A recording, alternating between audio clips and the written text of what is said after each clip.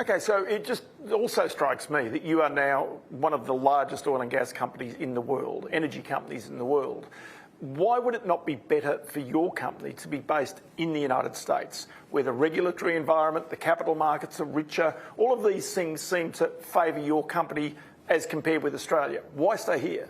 Look, we're a proudly Australian company. You know, this is where we were born, in the town of Woodside, a little bit more than 70 years ago. We've built our business in Western Australia, have a material business in the Gippsland as well, so this is home for us. That said, we're still able to access those great opportunities in the U.S. So some of our significant growth opportunities are investments in the U.S. We're able to access the capital market. We have great access to the bond market. We raised $3.5 billion in the U.S. bond market earlier this year. So the fact that we're Australian listed isn't an impediment from taking advantage of all those things that the U.S. offers today. Okay, so the US offers all of those advantages, but there is even the regulator this week raising issues about whether Australia's capital markets are competitive enough, whether the technology is kept up. All of these things would otherwise be obstacles to businesses such as yours remaining an Australian listed company. Well, again, we've got such a strong Australia shareholder base. We've got a lot of, and our revenue right now is 75% Australian. And even as our business transforms, Australia will still be an important part of the market for us.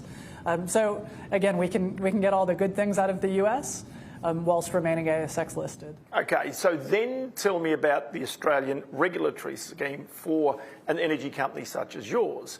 It's been notoriously slow to grant you approvals for the extension of the North West Shelf, of even Scarborough. Browse in particular is a field that really is still waiting to be developed. Is there a danger that Australia leaves valuable hydrocarbons in the ground because government's just simply not fast enough or astute enough to be able to develop them? Look, we've been really clear about a couple of things. One is the importance of gas in the energy system, both in Australia, and the importance of Australian gas for our customer nations abroad as they think about energy security, national security, and decarbonisation. Today we talked about the role that LNG could play to help displace coal in the world's power generation mix. So gas is needed. I think we've been moving the needle on people understanding that gas will be important in Australia.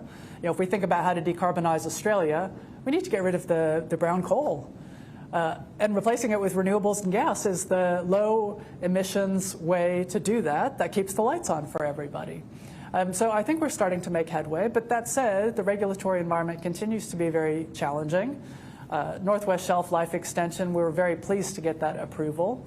But there's been challenges along the way. We're in court on multiple matters related to some of the developments we want to progress, including North West Shelf.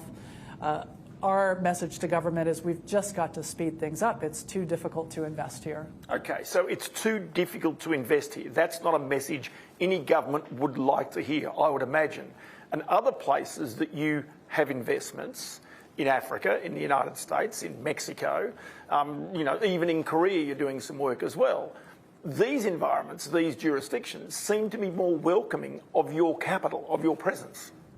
Look, everywhere we go, the governments want to ensure that a company like ourselves is doing the right things, that we're paying taxes, that we're investing in community, that we're creating jobs. We've done all of those things for 40 plus years here in Australia. We're doing those things now in places like Mexico and Louisiana. We would love to continue doing that in Australia. We are with the Scarborough project.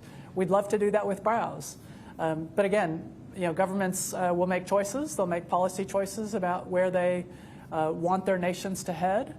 Perhaps the encouragement for the government here is if we think about things like critical mineral processing, you know, reindustrialization of Australia, all of that requires energy, and all of that is going to require natural gas. You've got to have natural gas to have the heat required to process critical. Artificial intelligence is the obvious one to talk about. Artificial intelligence, yes. So, you know, if we're going to unleash the technology capability and the potential that this nation has, we've got to be able to have that sovereign AI capability, all of which requires power at large scale. So you're already building one ammonia plant, one large ammonia plant, which is fairly close to being completed. Right.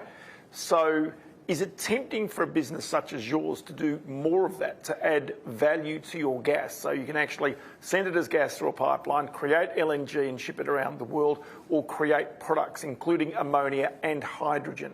Because that sends you right up the value chain in terms of your product, doesn't it? Sure. So we've spent a lot of time on our what we call our new energy strategy, where we've looked at what are alternative molecules that have lower carbon intensity when our customer uses them. And hydrogen and ammonia fit in that space.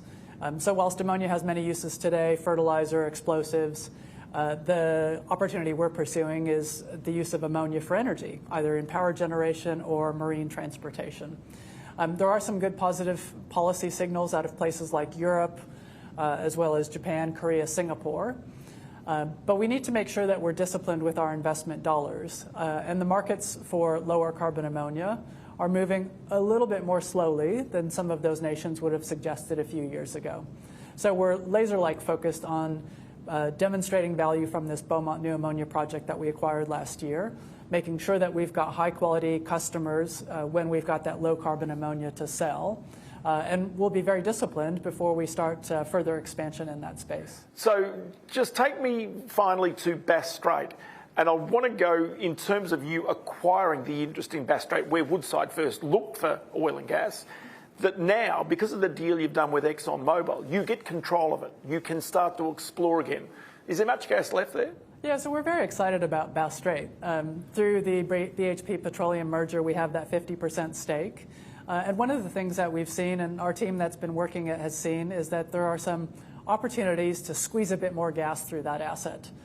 So when we negotiated the agreement with ExxonMobil, we said, look, we've got to have a joint venture agreement that allows us to pursue those opportunities, even if ExxonMobil isn't as interested. So is this gas that's known to be there? Is this gas? So there's about 200 petajoules of gas that has been discovered, just not developed. So we're excited about those opportunities. And I'm really excited about the ExxonMobil team coming across. So we'll take over operatorship next year, and about 600 people will come join the Woodside team. I know they've got things up their sleeve. I know they've got opportunities, and so we look forward to having the new team on board to squeeze maximum value out of this asset that we can. Okay, so I seem to remember that Bass Strait was due to run out early 2030s, 2032, something of that nature.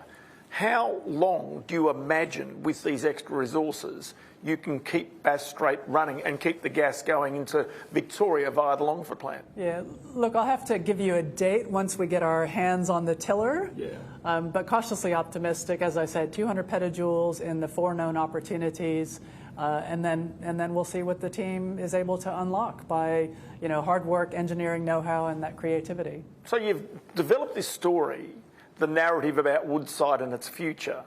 Does it sometimes disappoint you that politicians and or others in Australia don't understand that story well enough? Well, look, I think there's an opportunity for us to make sure that we are effectively telling our story. And hopefully you've seen some of the ads that we've been running talking about the role of natural gas in the power sector, in the manufacturing sector. We sell natural gas to miners, to mineral processors, to smelters. All those sorts of businesses that need our product to be profitable in their own spaces. So we're spending a lot of time on this communication journey to, again, help politicians and the ordinary citizen understand why natural gas is so important. Meg O'Neill, always good to chat to you. Many thanks for your time. Thank you.